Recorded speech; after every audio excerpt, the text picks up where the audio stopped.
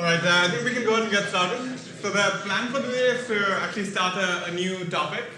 But before we do that, let's just take stock of what we've discussed so far, what we're able to achieve with the concepts that we've introduced, and what we still need to do.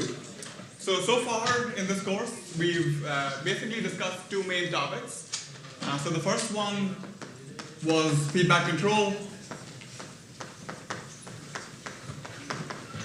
where we set for ourselves the goal of making the drone hover kind of autonomously. And the second module that we've covered so far has been on motion planning. And then at the end of the previous lecture, we looked at how to combine motion planning with feedback control. And together, this kind of set of techniques allows us to find trajectories for our robot that are collision-free.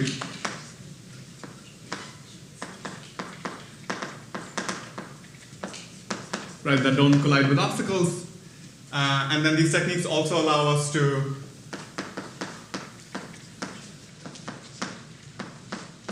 correct for deviations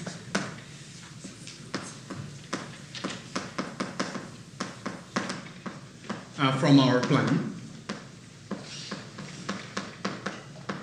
So we can use motion planning techniques to come up with a kind of nominal motion plan that avoids obstacles if everything goes kind of perfectly according to plan. But if you have disturbances like wind gusts or other sources of uncertainty, then we can use feedback control to correct back to the plan, the motion plan that we were trying to track. But we made two really big assumptions.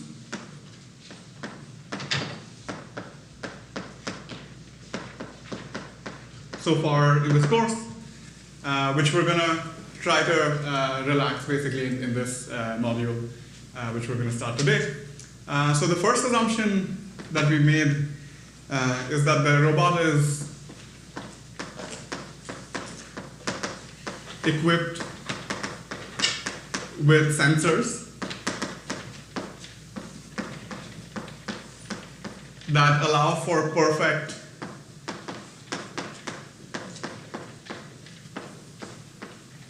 state estimation.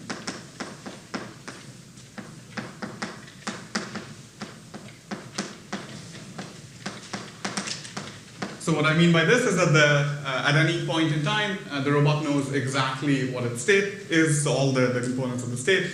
And the robot just has some sensors that are giving it this information perfectly.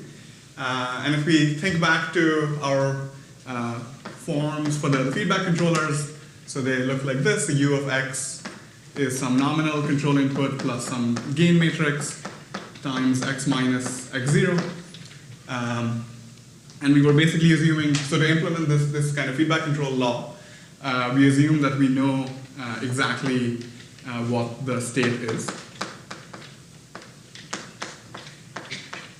Right, and this is not a kind of perfectly reasonable assumption. In practice, the drone has some error in its state estimation process, so it doesn't know exactly what its state is. It has some noise in its estimate of the state. So that's one big assumption. The second big assumption, which we made when we started discussing motion planning in particular, is that the robot knows kind of beforehand, so before it starts moving around. So I'll say knows a priori exactly where the obstacles are.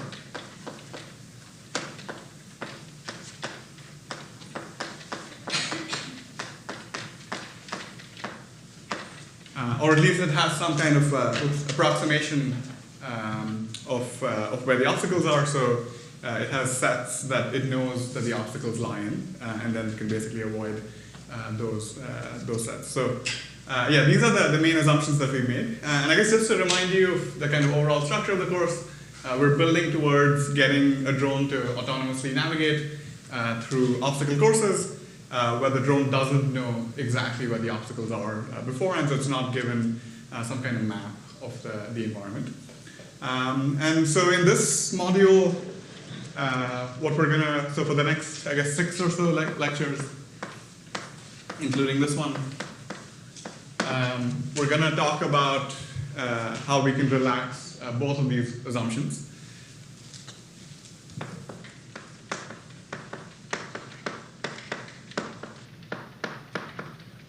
So we're going to develop techniques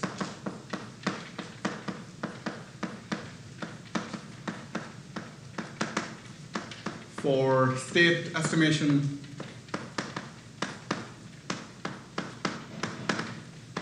given some imperfect measurements from the robot sensors. And then we're going to develop techniques for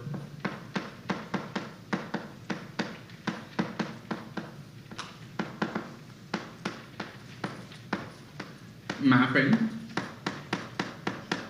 where obstacles are.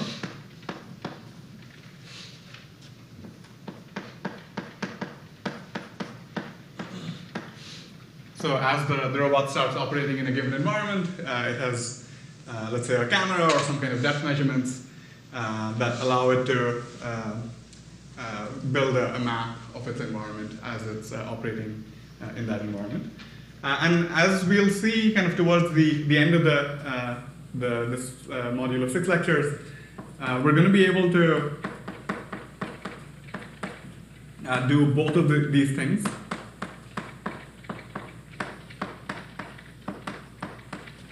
Simultaneously.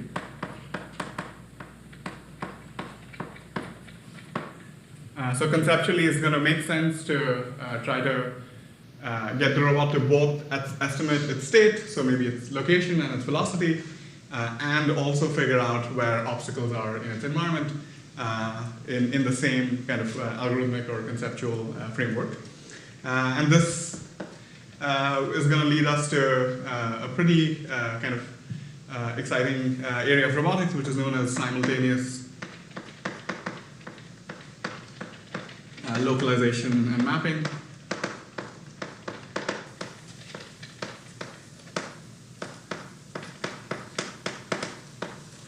Usually abbreviated as SLAM, S-L-A-M. And we're going to discuss some techniques for doing SLAM for robotic systems. Okay. So a good reference for this material, and I'll point to specific chapters, I guess, as we go along, is the textbook on probabilistic robotics.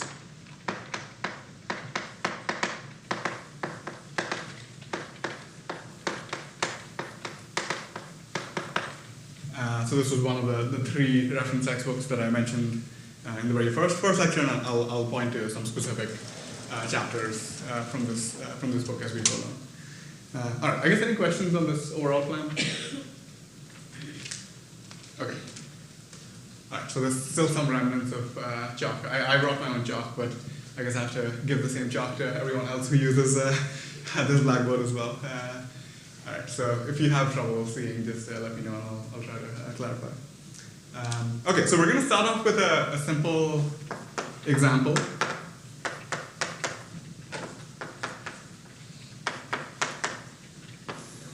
Which will help us build some intuition. And for today's lecture, and I guess for the next maybe lecture or two, we're just going to try to tackle problem number 1. So we've assumed that the robot is equipped with sensors that allow it to perfectly estimate the state, so we're going to relax that assumption. And we're going to develop techniques for doing state estimation given some imperfect sensor measurements. We're not going to worry about the obstacle part yet. We'll kind of bake that in a couple of lectures from now. Okay, so yeah, simple example. So let's say we have a robot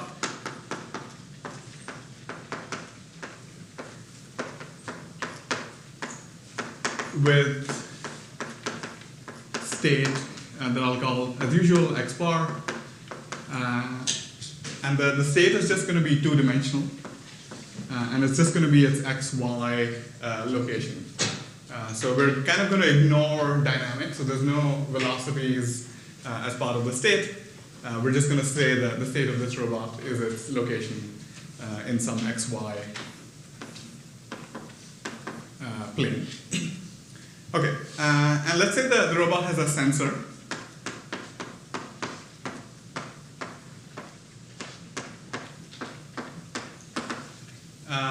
which reports the robot's distance to the origin.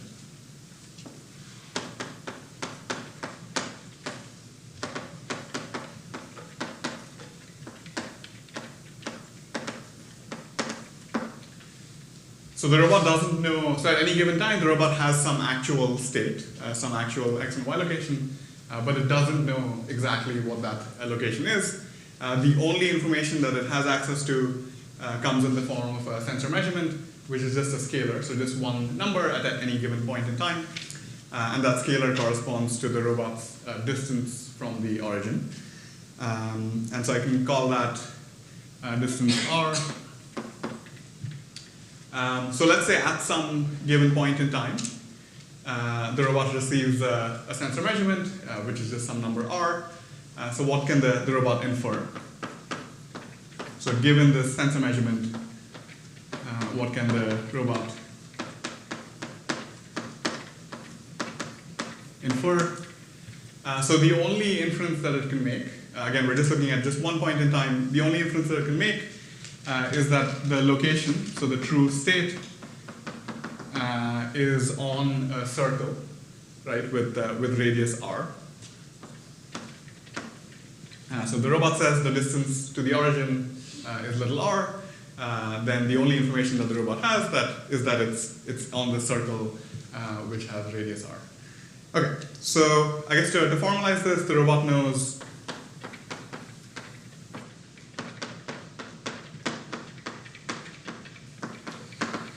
that the square root of x squared plus y squared equals r. So in other words, that the xy location is on the circle of radius r. Okay, so I guess let's make it slightly more interesting. So suppose the robot has another sensor.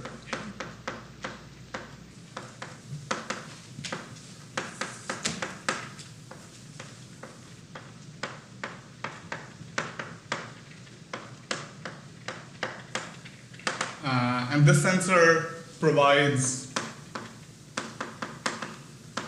the robot's distance from a different point. So this is the distance away from the point 1, 1. So I guess given these two sensor measurements, so the first sensor measurement corresponds to the distance from the origin, the second sensor measurement corresponds to the distance from the point 1, 1. Given these two sensor measurements, can the robot figure out exactly what its state is, or not? I see some head shaking.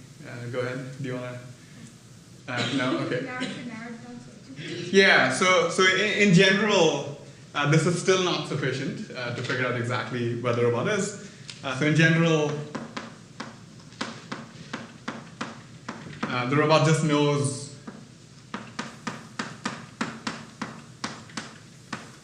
that it's on the intersection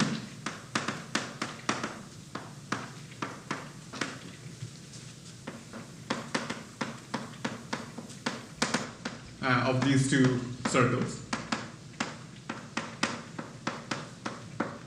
So just pictorially, there's one circle which corresponds to the first sensor measurement.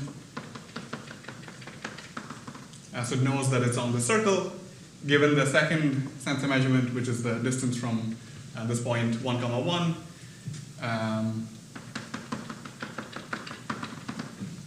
the robot knows that it's also on that circle. So in general, it knows that it's on the intersection of the two circles.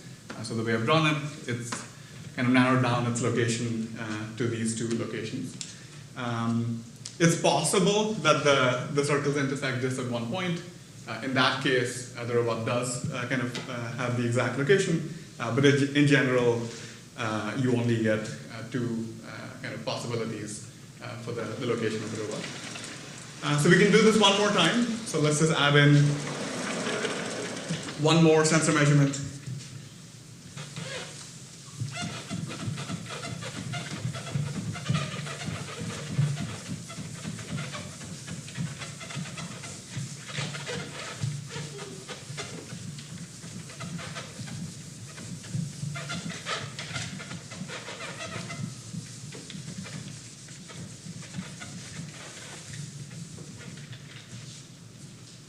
So now it has kind of 3 different radii that it gets.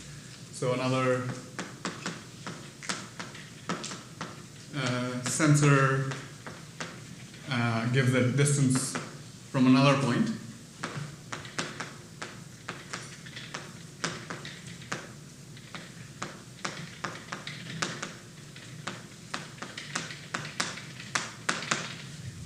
So now it knows that it's in the intersection of 3 different circles. So this was the first one. This is the second one. So this was the point 1, 1. And then the third one, let's say, is the distance from this point. So in this case, the robot is going to be able to kind of exactly figure out, like uniquely figure out its location. So this is called triangulation.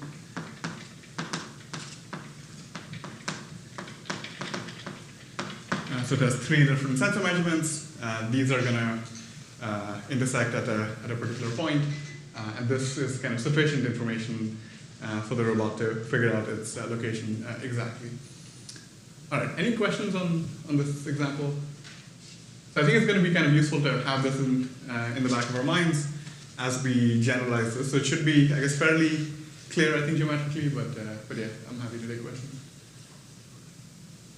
Okay, so yeah, let's try to turn this into some kind of general like scheme.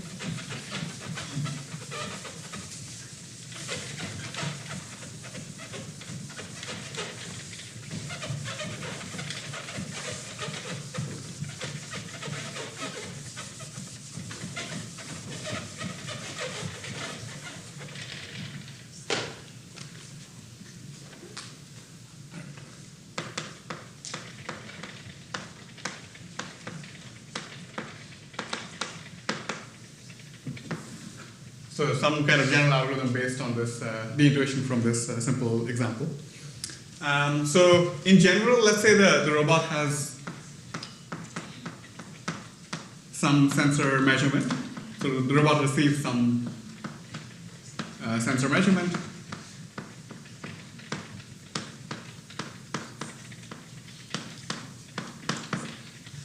Which we're going to call Z. And this is going to be some vector in general. This is also known as a sensor observation or just observation, depending on which, I guess, community you're working in. So in the reinforcement learning community, typically they call it observations. In the control theory community, people say like sensor measurements. But yeah, I'll use the terms kind of interchangeably. So in the previous example,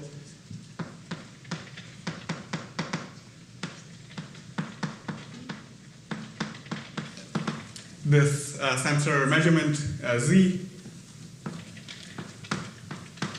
belonged to R3. Right, we were saying we had 3 different scalars that the robot received, each corresponding to the distance from some particular point, from 3 different points. So 3 different measurements, Z belongs to R3. Yeah, in general, Z is going to be some vector, like potentially high dimensional, but maybe low dimensional. Depends on the setting. We're also going to assume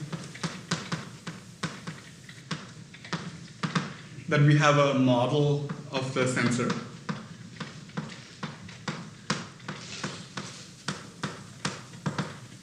And specifically, I guess just for now, this model is going to be deterministic.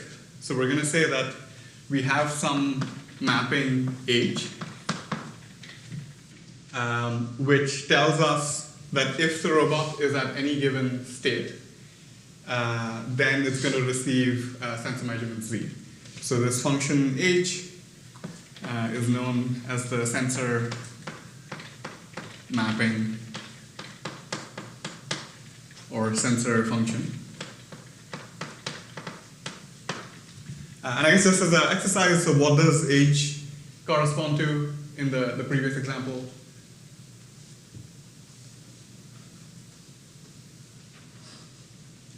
Go ahead. Just the square root of Yeah, so, well, okay, so I guess it depends on which version of the example, but in the most general version, there were 3 sensor measurements.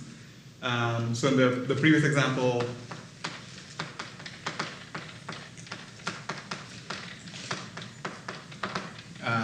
the version where we had 3 different sensor measurements, the first component would be exactly what you said, so the square root of x squared plus y squared, and then the second component would be the square root of x minus 1 squared plus y minus 1 squared, so the distance from 1, 1, and then the third is the distance from the third point. Right, so yeah, I guess that's just to make it concrete. But the main point here is that we're going to assume that we know what this function is. So at any given state, we know exactly what sensor measurement the robot would have received if it was in that state x. So I guess notice that we're not assuming the inverse, right? We're not even assuming that this is invertible. So given a sensor measurement, we're not saying we know what the state is, we're saying that given a state, we know exactly what the sensor measurement is. Okay, so we're going to define this notion called the pre-image, which is going to be really helpful in generalizing the example we discussed previously. So the pre-image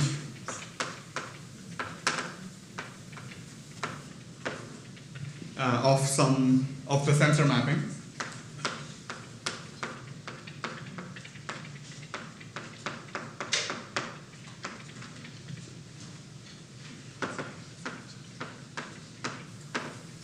is defined as follows. So we're going to denote the pre-image by h with a superscript of -1. And it's going to take in argument z, so that's the sensor measurement. And we're going to define this to be the set of states such that h of x equals z. So capital X here, let's say, is the state space. So in the previous example, we were saying that state space is just R2, so all possible locations. Okay, so let me just pause and make sure this definition is clear. So we're saying this thing is called the pre-image associated with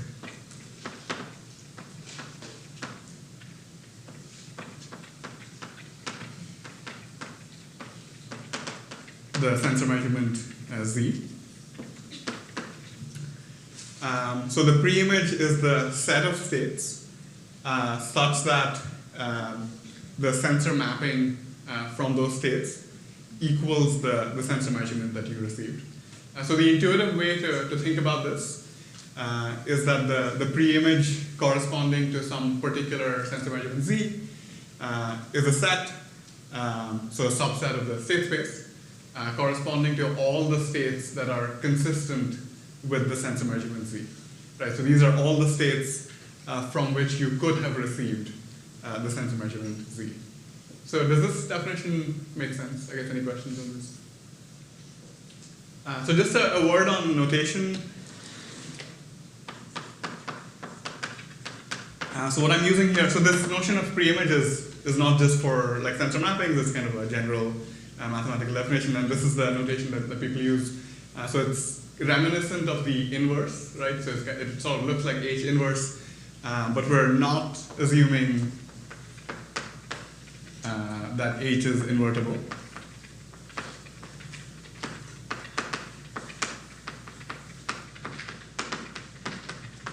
In fact, in our setting, the cases that are interesting, non-trivial, are cases where H is not invertible, right? So if H was invertible, then in some sense, the sensors are giving you the state. You can just take the sensor measurement, invert the sensor measurement, invert the mapping H, and exactly figure out the state.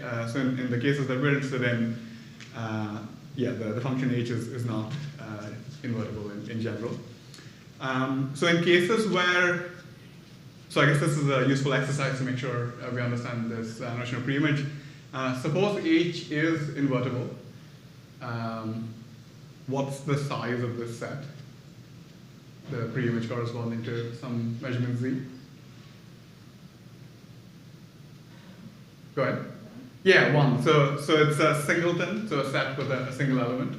And it's exactly the inverse, right? So that one element in the set is the inverse of Z, in the case where H is invertible, right? So the inverse of H would be the only element X that's consistent with having received some sensor measurement Z. In general, this is some set that has size whatever, like not necessarily just a single point. Okay, so we can use this to kind of generalize the intuition we had from the previous example.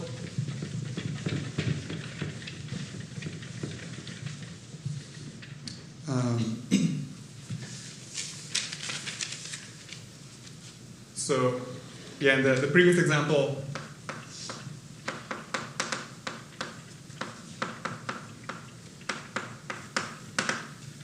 with the 3 circles, what we were doing was we were looking at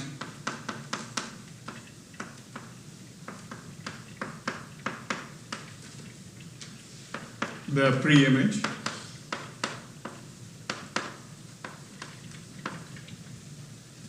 corresponding to the sensor measurements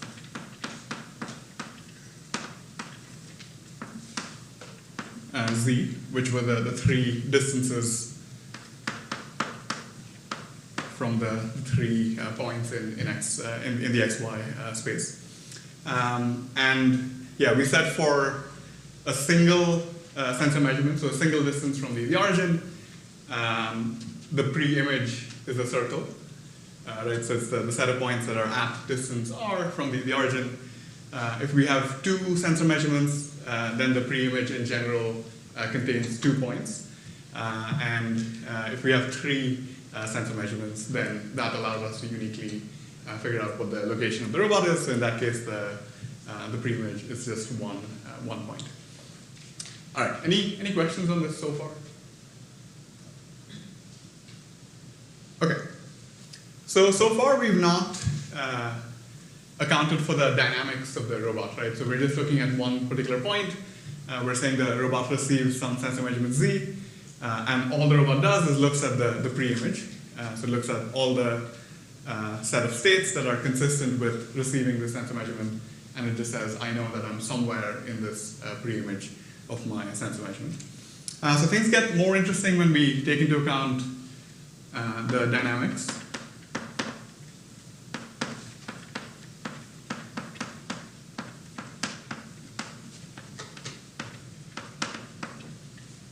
Of the robot.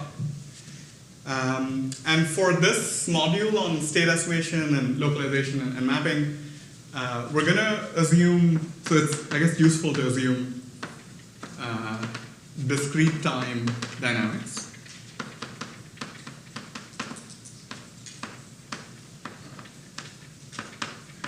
So far we've mostly assumed, or pretty much entirely assumed, continuous time dynamics, right? Like the dynamics are written as some differential equation. Here it's a bit more kind of mathematically convenient to work with discrete time dynamics. So what I mean by this is instead of x dot equals f of x and u, we're going to say x at time step t plus 1 is some function which we'll still call f, which is a function of the previous state and the previous control input that the robot took. Or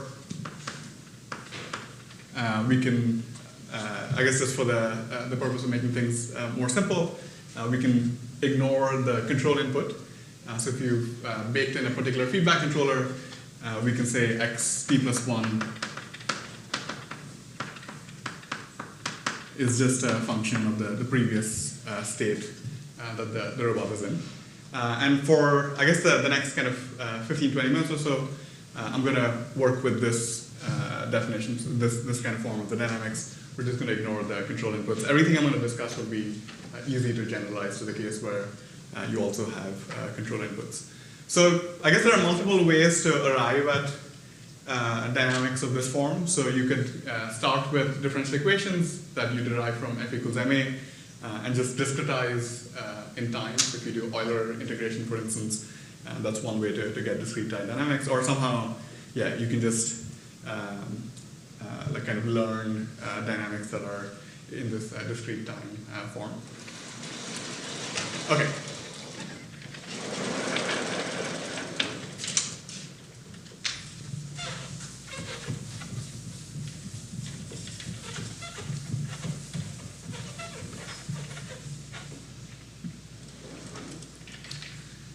Okay, so let's start with, we're going to go through this kind of same process of developing an algorithm that allows the robot to estimate what its state is, given this additional knowledge of the dynamics that the robot has. So let's assume, to start off with, that we know, or the robot has some estimate.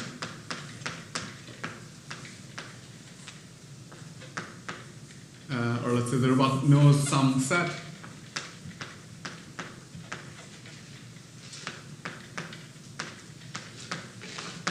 which I'll call x 0 with a hat, which is a subset of x, which is the state space. So the robot knows the set which contains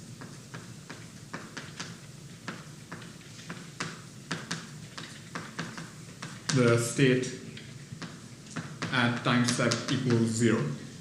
So as the world is initialized, the robot basically has some set that it knows that it's in. In principle, this could just be the entire state space, right? So that kind of makes no assumptions, so the robot just knows that the state is something. So in that case, the x0 hat could just be equal to x, the set of all possible states. In a kind of more realistic setting, the robot might know that it's in some subset of the state space rather than just saying that I don't know where I am at all. And then we're going to kind of recursively use the robot's sensor measurements. So as the robot operates, it gets more and more sensor measurements over time. We're going to update this estimate of the robot's state over time using the knowledge of the sensor mapping, the sensor function, and also using the knowledge of the dynamics of the robot. Okay, so yeah, let's do this kind of one time step at a time, and then I'll describe the overall algorithm. So at the first time step, or first, let's say time step. What we're going to do is look at the initial kind of estimate that the robot has of where the state could lie. So this is the set x0 hat. So the robot knows it's in this set. We're going to propagate this set forward in time through the dynamics of the system. So the way to think about this is that look at every state, so every point in the set, and see where that point ends up under the dynamics, which I guess where is it? Right there. So under like those dynamics. So if you know f, where is this point going to end up? So just evaluate f of x for, let's say, the specific point x. So you're going to end up somewhere here, let's say. And then you do this for every single point in this set. So some point over here, maybe ends up over here, some point over here ends up over here, and so on. So this set kind of gets transformed through the dynamics into some other set. So maybe it looks like this.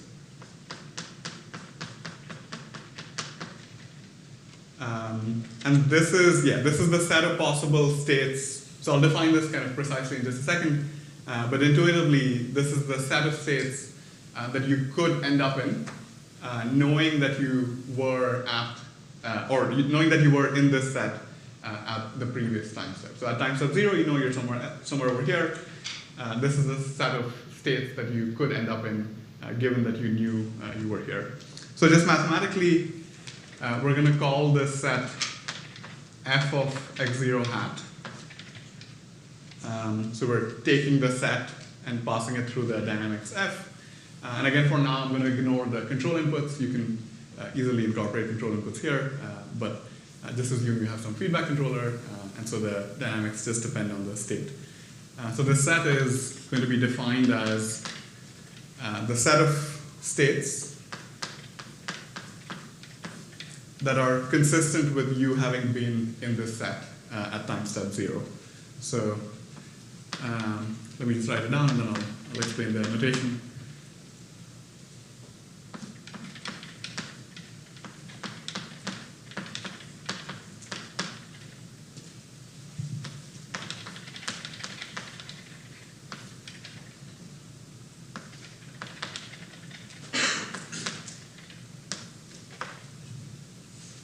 Okay, and this, I guess, inverted E is there, exists.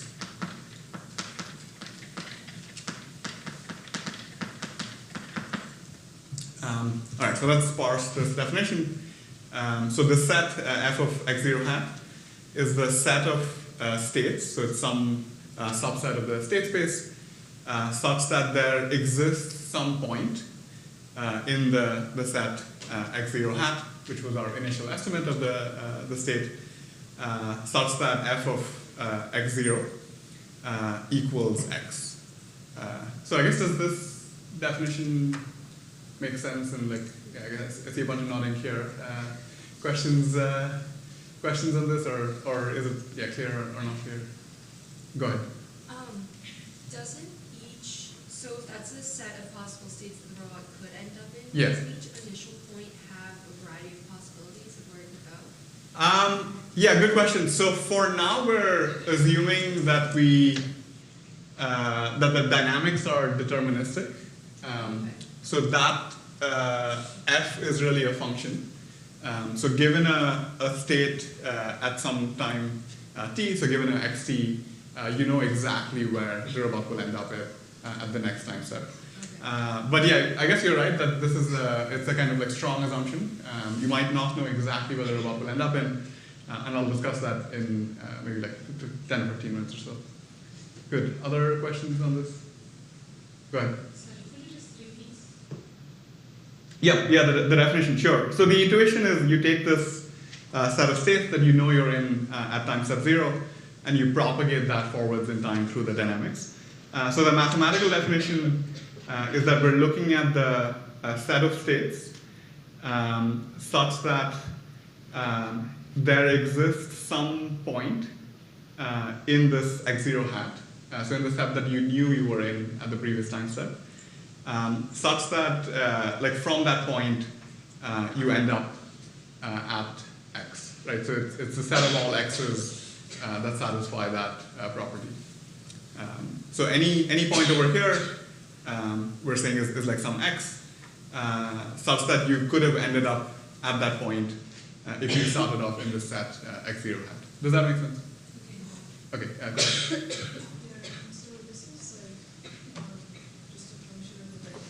Yeah. Yes, good. So not yet. So that's going to be the next step. We're completely ignoring the sensor observations so far.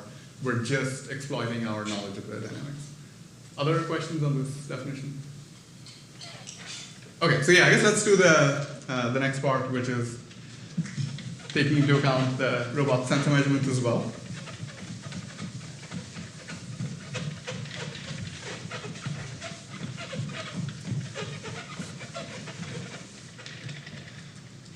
So let's say at time t equal to 1,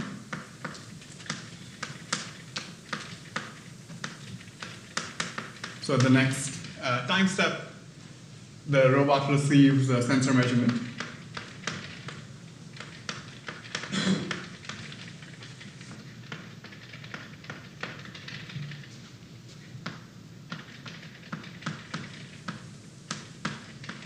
which we're going to call z subscript 1. The subscript is going to correspond to time. So in general,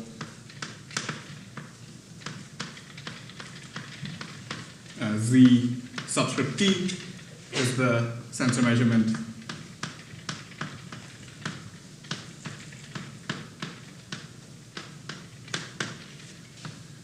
at time t.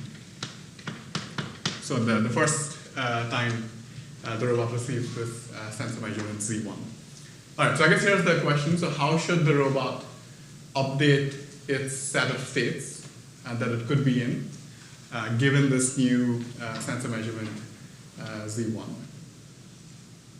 Any thoughts?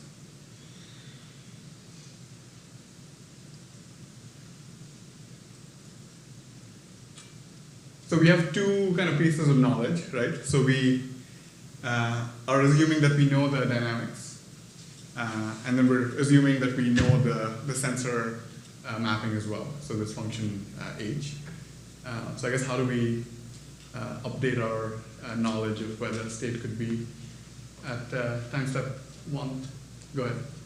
We took the intersection of like the h inverse z. Yep. And the next state based on the inverse. Yeah, perfect. So that's exactly it, right? So at time step 0,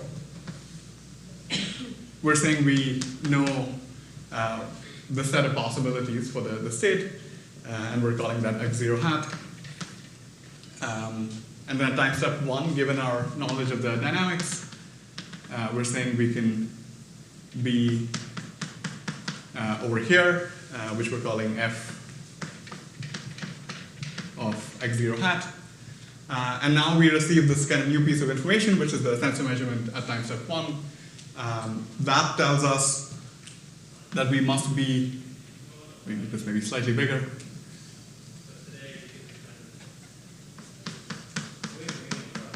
So we must be in the pre-image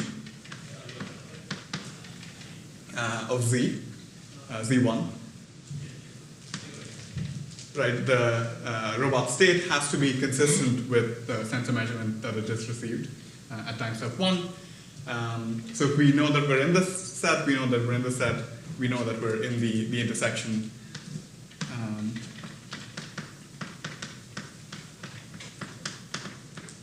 So we're going to call the intersection x1 hat, so capital X1 hat.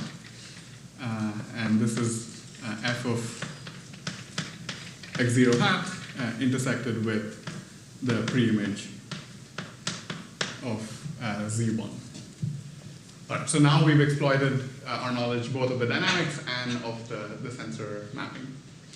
Any questions on that step? Okay.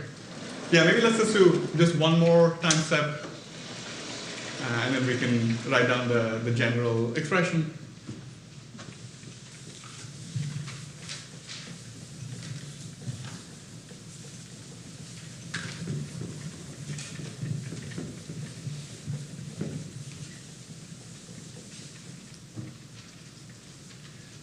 So, yeah, so doing this again.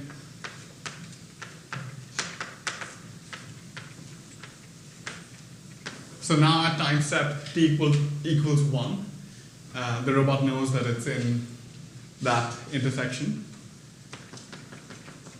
So it knows it's in the set x1 hat. We can do this one more time, so we can propagate this set now through the dynamics. So again, we look at every state that's in the set x1 hat. We see where that state ends up, given the dynamics. That defines a new set, which we can call f of x1 hat. And then at time step 2, we receive another sensor measurement, z2. We look at the pre-image of that.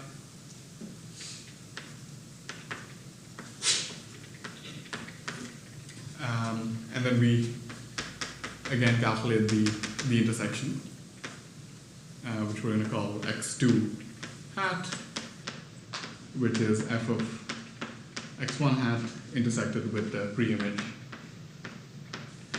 of z2. All right. questions on this before we write down the general expression? Okay, so I guess maybe just one thing to think about is the size of these sets. So I guess what is your intuition for the set f of x1 hat as compared to, let's say, x1 hat? So is it going to be smaller in terms of volume, let's say, or larger, or not necessarily, I guess, either one of those?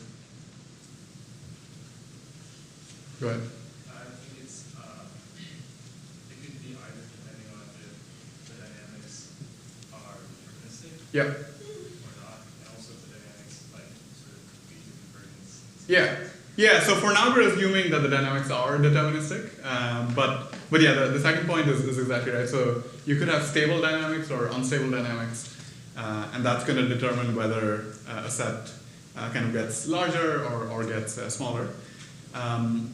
So it's not necessarily the case that our kind of estimates at any given time step, so x2 hat as compared to x1 hat, are like getting smaller in terms of volume, right? So we could be getting more uncertain because the dynamics are really unstable. So even if you knew like pretty precisely where the robot is at time step 0, at time step 1, it could be at a much kind of larger set of states. Okay, so yeah, let's write down like if we do this recursively at every time step,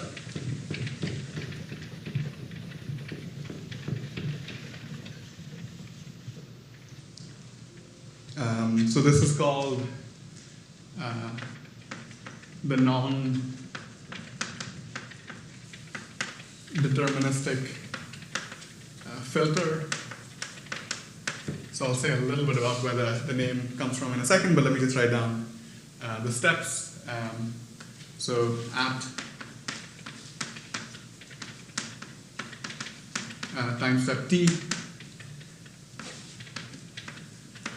we're going to do 3 steps in this procedure. So the first one is we compute f of x t minus 1 hat. And we're going to call this the dynamics update.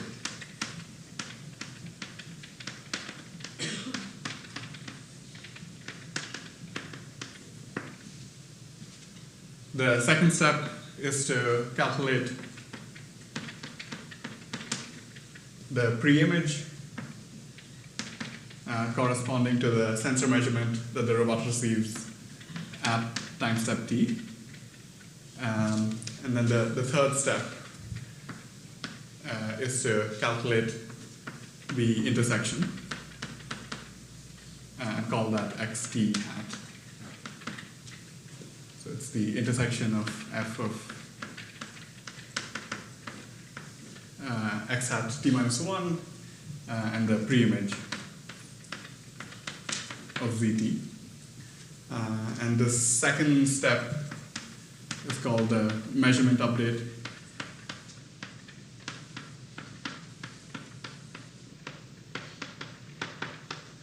So in the first step, we're just exploiting knowledge of the dynamics. In the second, well, I guess second and third steps, we're exploiting the knowledge of the sensor measurement.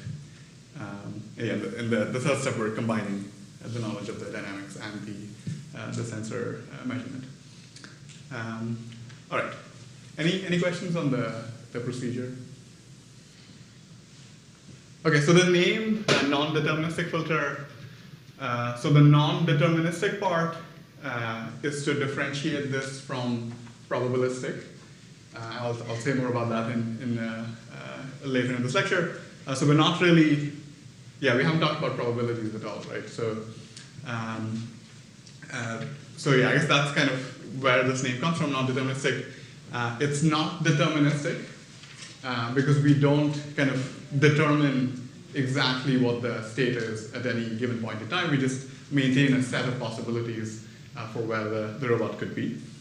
So that's why it's not deterministic and it's not probabilistic. And the name kind of given to these kinds of things that are not deterministic and not probabilistic is non-deterministic. So that's where the name comes from. Filter, It's some, I think, pretty old, probably from the 1930s or something, terminology. We're filtering out uncertainty or noise, and that's where this name comes from. So we have some uncertainty about where the state of the robot is, and then as we receive more sensor measurements, we're trying to filter out the uncertainty or noise filter out the noise or uncertainty in our state estimate. So that's where that kind of terminology comes from. Okay, so just as an exercise, so I won't go through this here, but it might be useful just to check your own understanding of this non-deterministic filter. So go through the same process, but also take into account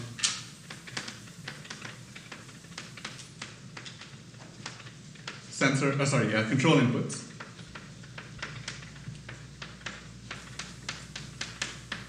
Right, so we were ignoring the control inputs here. I think it should be relatively straightforward. Like you basically just modify this dynamics update step to take into account the control input that the robot took, which it knows it took, right? So whatever control input it took, you can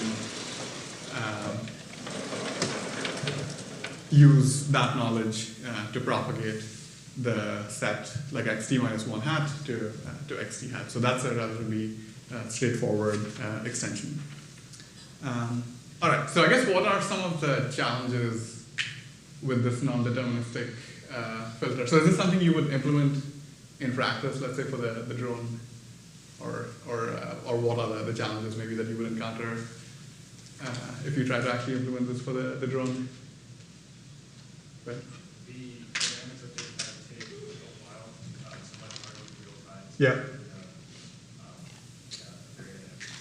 And the DT, of course, the larger it is, the more accurate your Yep. Yeah. So there's a kind of computational challenge. So in the description of the algorithm, I wrote down. So I said compute this, compute that, and so on. These things might be really hard to compute, right? Like the set xt hat at any given point in time could be really complicated. It might not even be connected, right? Like it could be disjoint. So at time 0, like maybe you said, okay, I know I'm either in this set or in this set. So the union of two disjoint sets, somehow you need to kind of propagate that forwards in time. And so xt hat at any given time t may not even be a connected set. So it could be some complicated set. So actually doing these computations, especially in real time, like as the robot is operating, is pretty challenging. I guess other thoughts or challenges with this? Yeah. Yeah, it kind of seems like the intersection between like f of x Yeah. and the inverse is like itself just like a smaller set. Yeah. So you don't have like super precise knowledge of what your state actually is. At Yes. the time. Yeah, good. So all we've done with this non-deterministic filter is narrow down the set of possibilities to just some set, right? Like, and that set is not like a singleton, like doesn't have just one element. So how would you implement a feedback controller? So with a feedback controller, like the general form of our feedback controller was some gain matrix, k, multiplied by x minus some nominal x0. So what is the x that you would use, right? So we don't know exactly what state the robot is in, we just know that the state belongs to some set. And so you have to somehow kind of arbitrarily pick like a representative element from the set xt hat to actually like implement a feedback controller. The other challenge, which I think someone raised at the like previously in the lecture, is that we're not taking into account any uncertainty in our knowledge of the dynamics or the sensor mapping.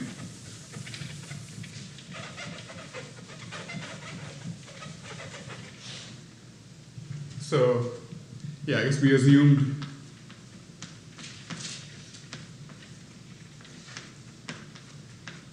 that f and h are functions that we know exactly. So the function f takes a particular state at state xt and tells you exactly what the next state is going to be at the next time step. And the same thing with h. So if I give you the exact state that the robot is in, then we're saying that there's only one possibility for the sensor measurement that the robot could receive, and that's h of x.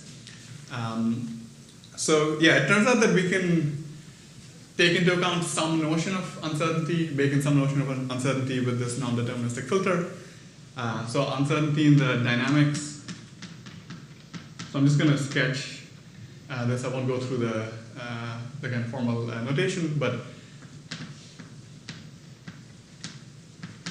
let's say we have some uncertainty in the dynamics that takes the following form. So given some state little x t, suppose I can tell you, I can give you like a set of states that the robot could end up in at the next time step. So this is, let me write it like this. So the x t plus 1, so the next time step, the state of the next time step belongs to this set. Suppose I could give you a set. So for every state, suppose I could give you a set that is guaranteed to contain the state at the next time step. So I guess how would you modify the non-deterministic filter algorithm to take this kind of uncertainty into account?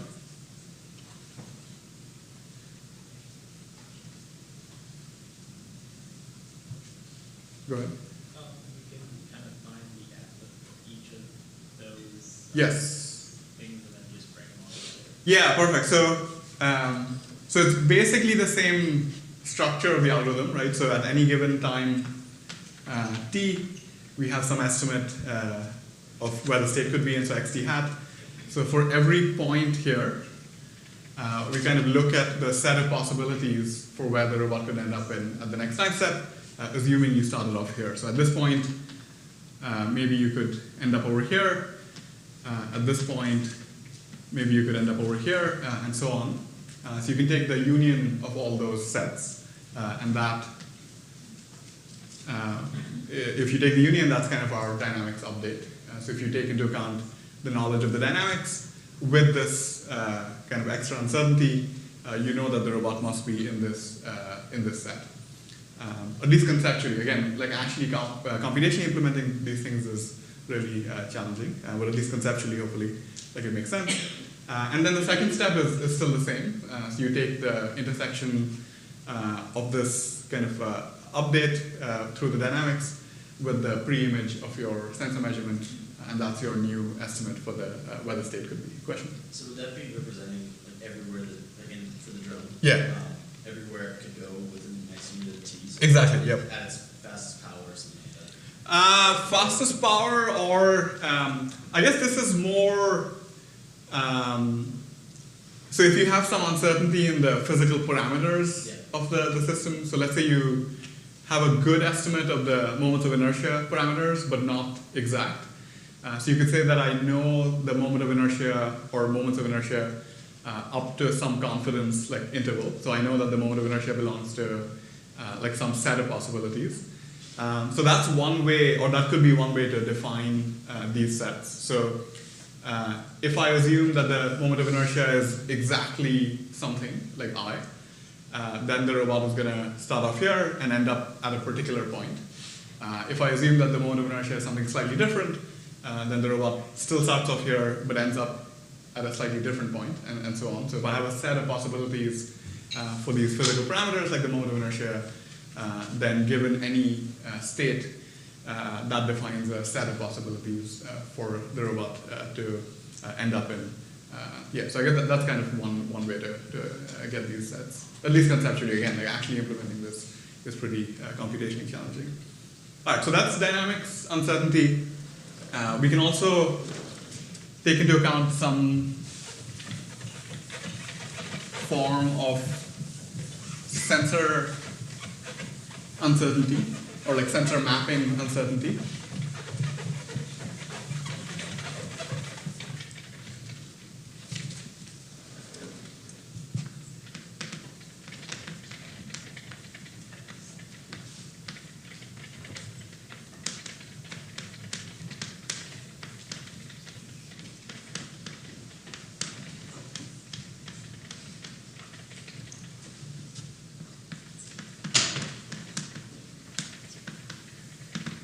So for example, going back to the first example we started off this lecture with, instead of saying, so I guess instead of the distance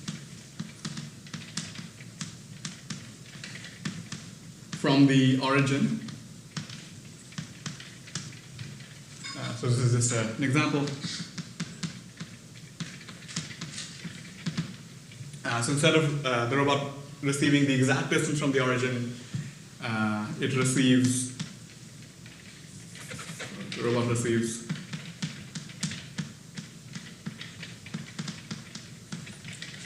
the distance, let's still call it r, but like plus or minus some epsilon. Yeah, so the robot knows that whatever sensor measurement it got is within a plus or minus of the true distance from the origin. So I guess so let's say, ignoring the dynamics part for now, let's say you received a sensor measurement with this kind of known uncertainty in that sensor measurement. What can the robot say about its state? So I guess what would the set of possible states look like given a particular sensor measurement? Go ahead. Adding the margin of error in terms of the set of states. Yep. Yeah, exactly. So geometrically, it corresponds to a ring.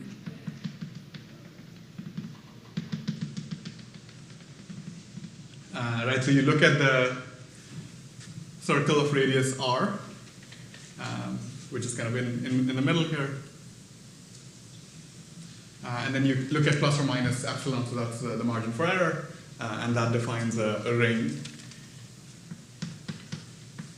And you know that the robot must be in this ring given this sensor measurement. So again, you can modify the non-deterministic filter to also take into account uncertainty of this form in the sensor mapping.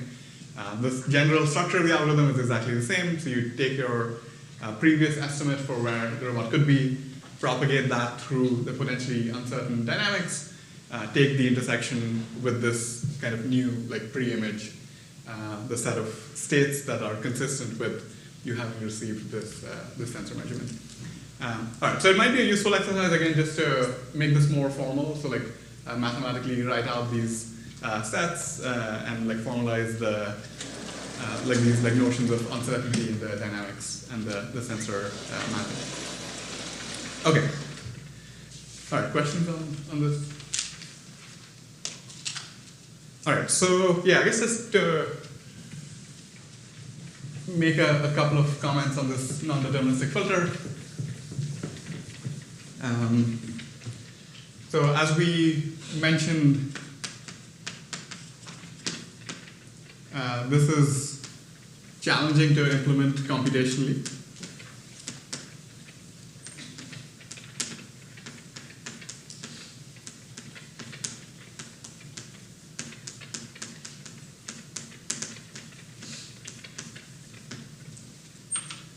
And yeah, especially when the dimension of the state space is large. So for a drone, we have a 12-dimensional state space that's already kind of large, representing these like sets, computing intersections and so on, can be like really computationally challenging, especially if the robot needs to do this in real time, which it does, to use this for feedback control, for instance.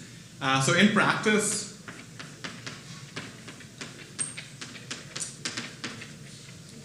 actually, let me make this point in a second.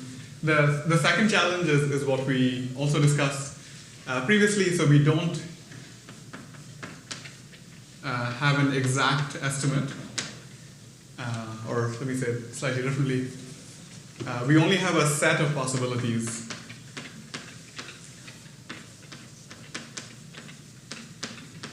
So some x hat t set of possibilities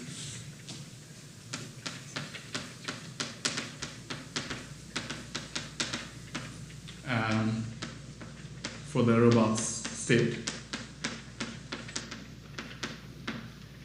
And if we're doing feedback control, this is kind of problematic, right? So we're not getting an exact estimate of the state.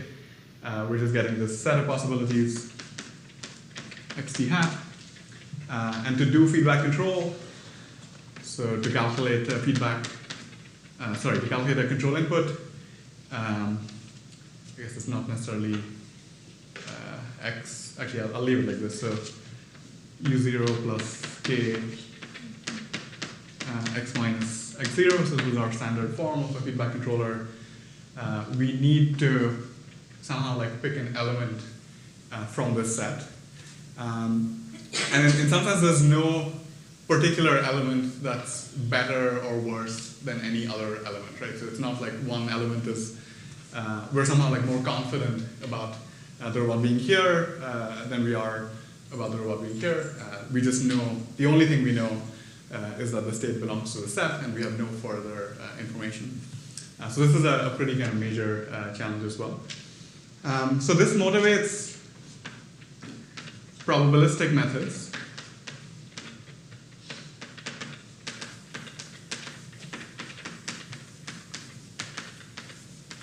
For state estimation.